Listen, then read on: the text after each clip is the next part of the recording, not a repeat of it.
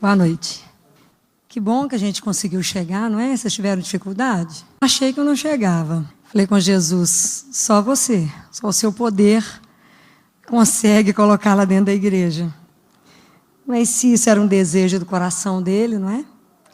Que bom que ele nos permitiu estar aqui reunidos essa noite. Hoje eu quero começar a conversar com vocês. Se alguém tiver com a palavra, com a Bíblia, vocês vão deixar aberto em Apocalipse 3 e ao versículo 20. Para vocês poderem ouvir, não é, o convite de Jesus hoje. E o convite doce que ele faz para nós, para cada um, é: eis que estou à porta e bato. Se alguém ouvir minha voz e abrir a porta, entrarei em sua casa e cearei com ele e ele comigo. Olha o convite que Jesus está fazendo hoje para cada um de nós. Eis que estou à porta e bato. Se você abrir, eu entrarei e cearei com você. Olha que convite ele nos faz. É um convite de intimidade, não é? Nós não vamos assentar para almoçar ou jantar com alguém que você não conhece. O momento de uma refeição é um momento íntimo. Então é essa intimidade que o Senhor quer de cada um de nós. Ele quer se tornar íntimo. Então é preciso que a gente se permita ser seduzido por Ele. É preciso que você tenha tempo com Ele. É preciso que você conheça Ele. É preciso que você se apaixone por Ele. É preciso que você se abandone nele. É preciso que a sua confiança seja absoluta nele. Confiança absoluta. Que você largue as seguranças humanas e abandone nele e só nele. Então, à medida que Deus entra, que a gente permite que Deus entra, vai acontecer uma coisa que São Paulo fala lá na carta dele aos Gálatas, no capítulo 4, no versículo 20, ele fala: é preciso que o Cristo seja formado em nós. Porque quanto mais eu conheço, quanto mais eu vou sendo íntima. Então, como é que esse processo se dá? Esse processo se dá cada vez que eu alimento a palavra, cada vez que eu me encontro com Ele na Eucaristia. É Jesus que vai me transformando até que Ele seja tudo em mim. Então, à medida que Deus se forma em mim, não é? Jesus continua batendo na porta. Para quê dessa vez? Eis que estou à porta e bato, para que Ele possa sair. Quem é que vai levar Jesus ao irmão? Sou eu. É cada um de nós, que já formou Ele no coração e por isso leva. O que acontece com cada um de nós? Muitas vezes, de acordo com a faixa, com a caminhada espiritual que nós estamos, a semente da fé que nós recebemos lá no batismo, nós não deixamos ela desenvolver. E aí nós passamos a ter um coração tão duro, um coração de pedra. E essa semente não desabrocha, e Jesus não cresce, e aí as nossas ações não são permeadas por Ele. A nossa vida não é permeada por Ele. Ele está preso, Ele não sai. E nada na minha vida tem a marca dele. Porque o nosso coração está duro. O que Deus disse disso lá em Ezequiel? Eis que vos darei um coração novo. Eu vou tirar o coração de pedra e vou dar um coração de carne. Para isso é preciso nascer de novo. Para isso é preciso gerar Deus em mim. Ou então nós fazemos o seguinte: meu coração já não é de pedra, eu já tenho um tempo de caminhada espiritual, mas aí eu libero Jesus mais ou menos sob uma liberdade vigiada. Não, eu até abro a porta para você sair, mas você tem uma liberdade vigiada. Então, como é que funciona isso que a gente faz? Eu vou orar, Senhor. Mas aí Jesus começa a nos chamar de madrugada para rezar. Aí a gente fala com Ele assim: não, eu vou orar, tudo bem, né, Senhor? Mas de madrugada você também está pedindo demais. Ou então a gente fala: não, obedecer sim, vou ser obediente. Não, mas também você já está abusando da minha disponibilidade. Então a gente começa a colocar regras para Deus. Então nós estamos segurando Deus. E a gente não permite a nossa caminhada espiritual. E Deus precisa de sair. Ele precisa de ir ao encontro de tanta gente. Nós que já temos dentro do coração, fechamos. É porque, na verdade, nós acostumamos a ser básicos. Não é? Nós somos um bom pai, uma boa mãe. bons filhos, um bom cristão, um bom professor, um bom profissional, um bom paroquiano. Nós somos tudo na média, bem basiquinho. Nós acostumamos a ser basiquinho. Mas não é essa a proposta de Jesus para a vida de cada um de nós hoje. Se vocês lembrarem do Evangelho de domingo, de Mateus 5, versículo 47, se não me engano, Jesus fala assim: e vós, o que fazeis de extraordinário? Se isso não mexeu no coração de vocês, mexeu profundamente comigo essa semana. E vós, o que fazeis de extraordinário? Vamos dar um exemplo? Madre Teresa, ela já não era freira? Era freira, já tinha os votos dela, já fazia tudo direitinho que a ordem prescrevia, cumpria muito bem as missões dela, tudo. Aí Jesus faz uma proposta: Teresa, seja minha luz, me leve lá nos pobres, entre os pobres, os mais pobres, Teresa, lá nos miseráveis. Entra lá nos buracos onde estão os pobres, lá no lixo, lá onde ninguém fica, Teresa, onde eu estou lá. Eles não me conhecem, Teresa. É você que tem que me apresentar a eles. E é essa mesma. E aí Teresa viveu o extraordinário, porque ela viveu o amor cristão. E é isso que nós somos convidados a viver. Porque viver o amor cristão é extraordinário. Porque é um amor que não espera nada em troca. Mas é nada. É fazer aquilo, não é, que eu gostaria que fizessem comigo. Uma vez perguntaram para Jesus: qual é o maior mandamento? E aí Jesus pega Deuteronômio com Levítico e fala: amar a Deus sobre todas as coisas e ao próximo como a ti mesmo. E aí eles perguntam para o Senhor: e quem é o meu próximo? E aí Jesus conta aquela parábola linda, parábola do bom samaritano. Ele conta essa parábola que é absolutamente atual, que nos mostra exatamente como é que Deus age, porque Jesus é tão doce, que para Ele nos pedir para fazer alguma coisa, primeiro Ele faz. Então Deus se faz próximo em Jesus para nos ensinar a ser próximos. Então primeiro, se eu sou seduzido pelo coração de Jesus, se Ele me seduz, eu vou conseguir também ser uma fonte de amor. Mas se eu me permitir ser seduzida por Ele e viver essa fonte de amor.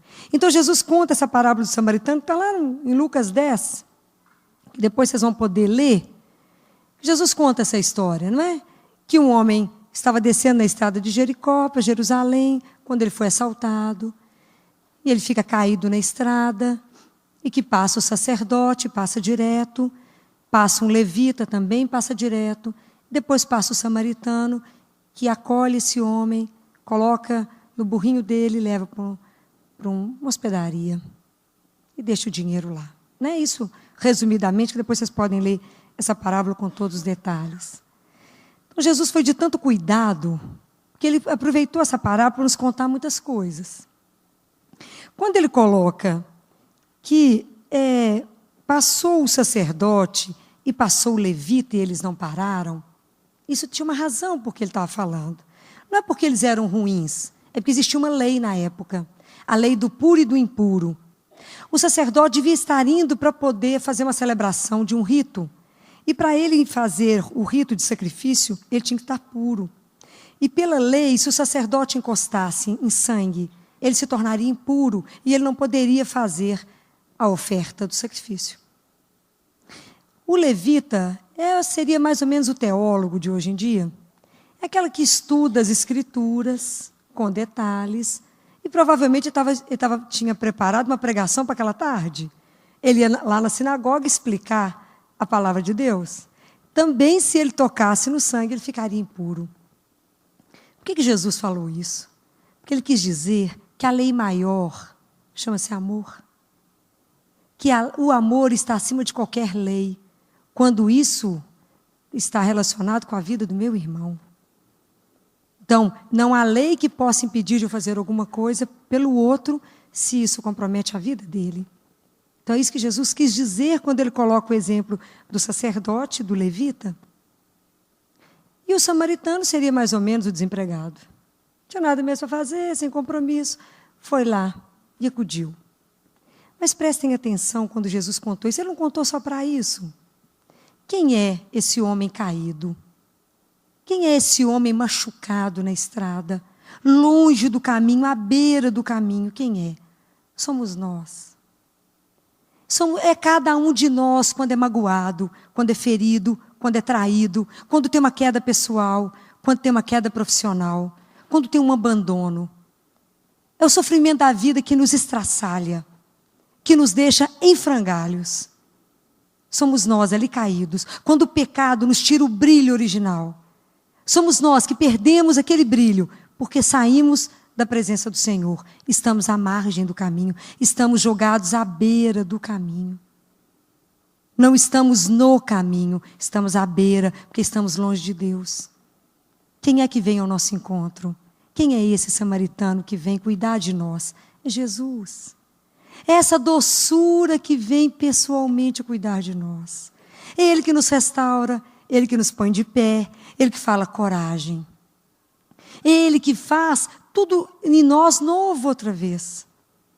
É Ele que nos dá coragem para caminhar, é Ele que nos põe no caminho, e é Ele que nos faz caminhar diferente. Vocês lembram dos reis magos? E eles visitaram Jesus e voltaram por um outro caminho. É um outro caminho que você passa a ter quando você encontra com Ele. Né? Todos os leprosos que Jesus curou, quando a gente lê, eles dizem que até eles mudavam o jeito de andar, porque Jesus restaura a nossa dignidade, nos põe de pé. Então, Jesus, quando aqui fala que Ele coloca azeite nas feridas, isso é já a memória dos sacramentos que Deus deixaria para nós. E como é que a gente não sabe usar desses sacramentos onde a gente tem a cura? Como é que a gente não utiliza se alguém adoece, a gente não busca pela unção do enfermo, porque a gente acha que é extrema unção, acha que o outro está morrendo? É unção, é a força de Deus para poder vencer a doença. Essa semana eu falava isso com o pai, uma neném de 1 ano, para vencer um tumor horroroso. Falei com ele, busque um sacerdote para vir aqui, peça a ele, essa criança precisa da unção de Deus, ela é tão pequenininha, para vencer tudo isso. Primeira sessão de quimioterapia está sendo um arraso para ela. Então, peça a unção de Deus. O Senhor crê, então peça por isso, por ela, porque ela não pode pedir. Mas por que a gente não vai ao samaritano? Porque não conhecemos, desconhecemos Jesus. Não sabemos que podemos ir até Ele. Não, aliás, Ele vem até nós. É Ele que vem. É Ele que hoje sabe como é que está seu coração. É Ele que vai tocar o coração de cada um de vocês. Ele que vai fazer vocês saírem daqui restaurados. Homens e mulheres novos. É nele. Então é esse Jesus que nos ensina como é que Ele agiu com o irmão, que vem nos ensinar a fazer a mesma coisa. Está escrito na palavra de Deus. Da mesma forma como vocês são consolados, é que vocês irão consolar. Então, se eu recebo tudo isso de Deus, sou eu que vou levar isso ao meu irmão? É por isso que Jesus bate para sair, porque Ele já formou em nós.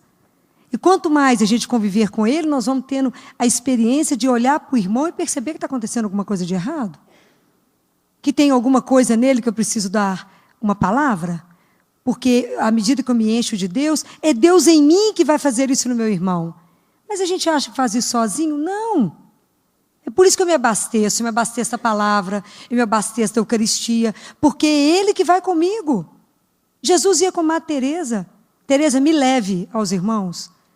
Da mesma forma, se a gente permitir, o próximo vai chegar em nós. Não é nem a gente que o acha, gente, é Ele que nos acha. Porque para essa transformação acontecer, para me ser uma fonte de amor no outro, essa revolução tem que ter acontecido dentro do meu coração. Enquanto essa transformação não acontecer dentro de mim, eu não conseguirei ser uma fonte de amor para o meu irmão. Como é que eu vou conseguir ser um samaritano na vida do outro? Acolher o outro, ajudar a aliviar a dor do outro, lembrar ao outro que existe um Deus que é Pai, ajudá-lo na caminhada, colocá-lo de pé, restaurar a esperança, falar, existe um outro dia. Hoje a misericórdia se renova. Lembrar para ele as palavras que talvez ele nunca tenha escutado. E deixar que ele sinta o amor de Deus. Porque o dia que a gente começar a viver profundamente o amor cristão, nós não vamos precisar de falar a palavra Jesus. Ela já vai estar explícita. As pessoas vão olhar para nós e falar, só pode ser Jesus? Porque é um amor sem interesse. Eu busco o bem do meu irmão e eu vou fazer por ele aquilo que eu gostaria que fizessem comigo. Essa é a lei, não é? Faça com o irmão aquilo que você gostaria que fizessem com você. O que nos impede? O egoísmo, né? Nós temos um coração duro, fechado. Nós só acumulamos, só guardamos. Para quê? Para quê? Para nada. Porque não vamos levar nada. Cada vez que eu vou vivendo a morte das crianças lá no CTI, eu falo, não levamos nada, não é, chefe? Porque eu tenho que tirar tudo que eles estão lá. Se tem algum brinquinho, se tem alguma pulseirinha, tudo fica. E nós acumulamos tudo e não prestamos atenção no irmão que está do nosso lado. Jesus nos convida a uma comunhão de amor. Isso já é céu. Eu viver uma comunhão de amor com a Trindade e uma comunhão de amor com meu irmão. Por que fica tão difícil? Porque já não deixa o Espírito Santo nos lavar e nos conduzir.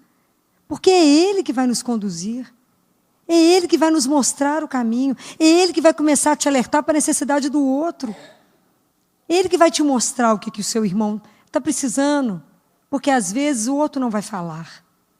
Mas o Espírito Santo vai te dando uma sensibilidade de você perceber no seu irmão a necessidade. Você vai olhar no olhar do outro e perceber que hoje ele está abatido, que ele está triste. Talvez ele precise ser consolado como você está sendo consolado. Mas para isso é preciso ter olhos para ver. Mas não é aquilo que a raposa disse para o príncipe, lá no Pequeno Príncipe, o essencial é invisível aos olhos. Só se vê bem quem vê com o coração. Nós temos que pedir a Jesus que nos dê o coração igual ao dele. Um coração manso e humilde. Um coração sensível ao meu irmão. Para que eu também possa de mim jorrar. Esse é o compromisso. Esse é um desafio. Para a gente pensar, o que eu estou fazendo na minha vida que é extraordinário? Viver o amor não é computar o amor. Não é fazer cálculos. É muitas vezes viver uma vida sem nenhum brilho aos olhos do mundo. É só cumprir ali. É fazer tudo que você tiver que fazer com muito amor. É cuidar daquele que está perto de você com a delicadeza que o amor te exige. Mas a gente não pode achar que que mandamento é ordem, que ninguém é obrigado a amar ninguém. Deus não nos obriga a amar. Se a gente lê Deuteronômio 5, a gente vai ver como é que Deus falava, né? Quando Moisés falou, amarás o Senhor teu Deus. É porque Deus tem a esperança que um dia nós vamos amá-lo, com todo o nosso coração, com toda a nossa alma e toda a nossa força. Porque o dia que a gente amá-lo assim, e se sentir amado assim, eu vou conseguir mostrar para o meu irmão esse amor. Porque o amor que amo o irmão é o mesmo amor que eu sou amada. Mas para isso eu preciso me abrir. Eis que estou à porta e bato. Esse convite é diário. Porque é todos os dias que eu preciso ser renovada no amor de Deus. É todos os dias. E é todos os dias que Ele coloca um irmão no meu caminho. Todos os dias a gente encontra com alguém que talvez nunca tenha ouvido falar do amor de Deus. Tantas pessoas que estão aí à margem, dilaceradas, destruídas. Quantas? São muitas. Hoje, lá no CTI, eu chorava com a prima do rapaz, daqueles 2 rapazes que foram assassinados lá na Serra. Que um deles era também auxiliar de enfermagem no João 23. Era primo dessa minha funcionária. E hoje ela trabalhou o dia todo chorando.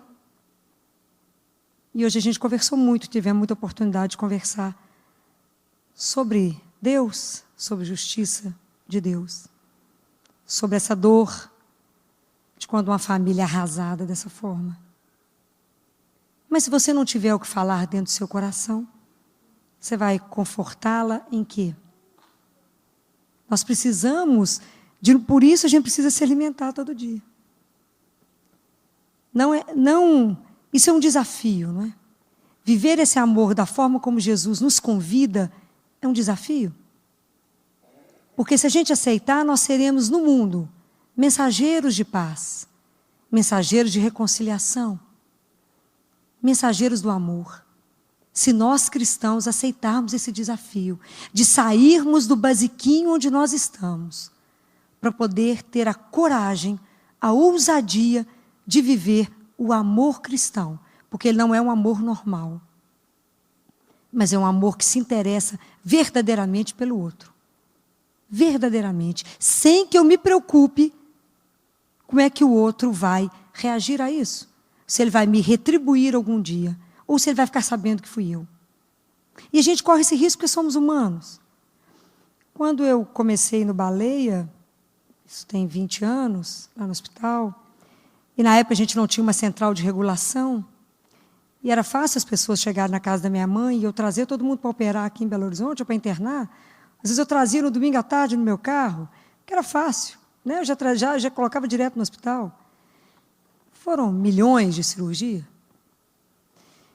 E aí, quando eu percebi que eu tinha uma agenda só da minha cidade, quando eu percebi a dimensão que a coisa estava tomando, eu chamei Jesus.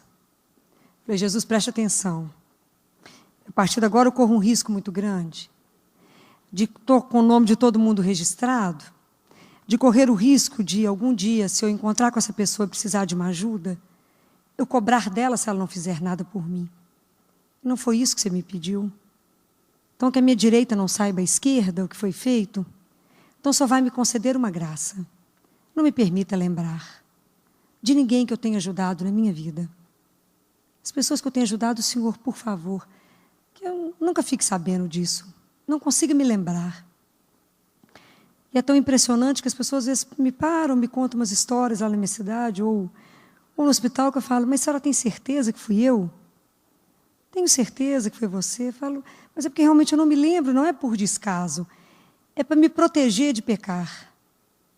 Porque somos humanos e somos frágeis. E nós somos convidados a viver mesmo em comunhão de amor. Só isso. Mas para isso é preciso abrir o nosso coração para viver essa comunhão. Para começar a ver no outro o Senhor. E para começar a fazer pelo outro o que eu gostaria que fizessem primeiro comigo. E aí eu tive uma experiência com isso, eu não sei se vocês tiveram já alguma experiência, de poder ver Jesus profundamente no irmão. Não sei se algum de vocês viveu isso. Se alguma vez vocês foram visitados mesmo por ele. E eu tive uma experiência com ele há muitos anos. E para me contar isso aqui para vocês, eu pedi permissão a ele.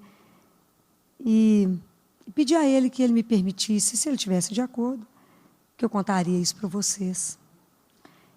E depois eu vou contar para vocês como é que ele me confirmou isso. Há uns anos atrás, todo mundo sabe que eu vou à missa diariamente, há muitos anos eu tenho essa graça. E num sábado pela manhã, que eu fui à missa também às 6:30 da manhã, quando eu saí da missa, eu falei com Jesus assim, ô Gê, vamos na padaria tomar um café? Peguei o carro e fui embora, para a padaria. Não vamos trabalhar mesmo, né? Vamos para a padaria, tomar café. Quando eu cheguei na padaria, que eu manobrava o carro, eu vi um irmão de rua assentado na porta da padaria, que não era hábito nessa padaria. E era um movimento grande, era 7 horas da manhã, grande o movimento. E as pessoas passavam por ele e ele quieto. Quando eu descia, eu estava andando em direção a ele, eu observava ele. De todos os irmãos de rua que eu tive contato muito perto, o mais sujo. O mais abandonado, poderia dizer. E quando eu passei por ele, ele falou assim, ô moça, me dá um café? Na minha cabeça foi uma fração de segundo, que ao mesmo tempo que eu ia virar para falar com ele, que eu ia tomar um café e voltaria para dar o café para ele, na mesma hora eu me lembrei assim, você não convidou Jesus para tomar um café? Ele veio. Isso foi, eu acredito, a maior emoção que eu vivi. Porque eu virei para ele imediatamente e o meu coração já ficou aos saltos, porque eu procurava ele naquele rosto ali, e no meu coração eu fico muito emocionada de lembrar disso, que eu falava assim com Jesus, você está aí escondido. Eu tenho certeza. E eu olhei para esse senhor e disse, mas é com tanto prazer que eu te dou um café. O que mais o senhor deseja? O senhor não quer um café, um leite quente, o senhor não quer um chocolate quente?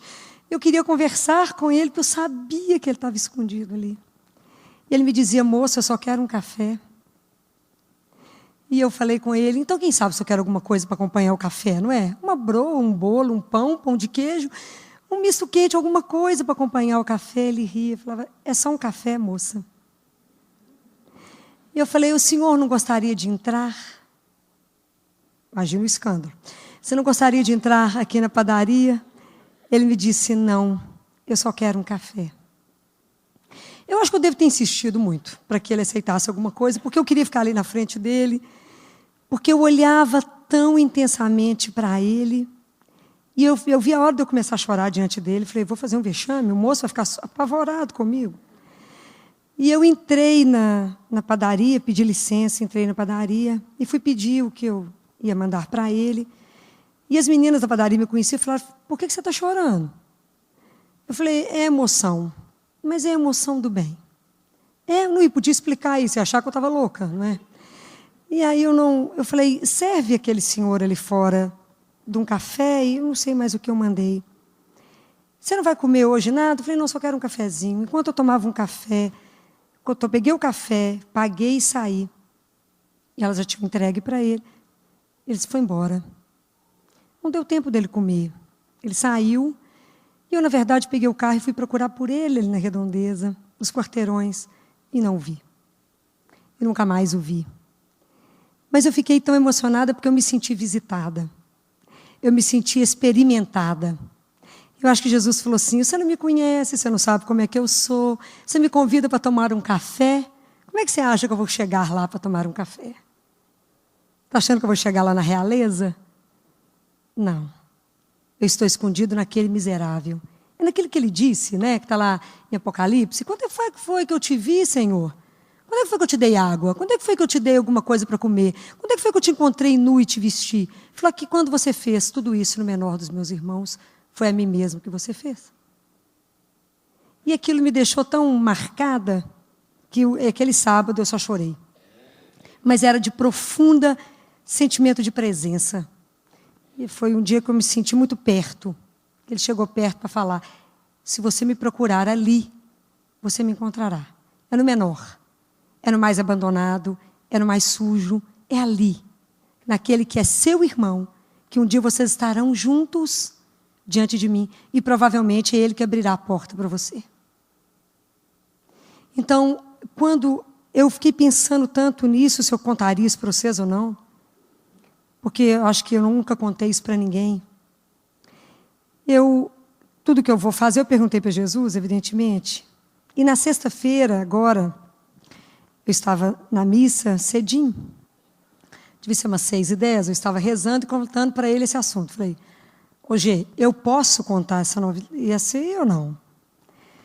Mas eu não sei como é que você vai fazer para poder confirmar comigo se você conta, se eu conto ou não.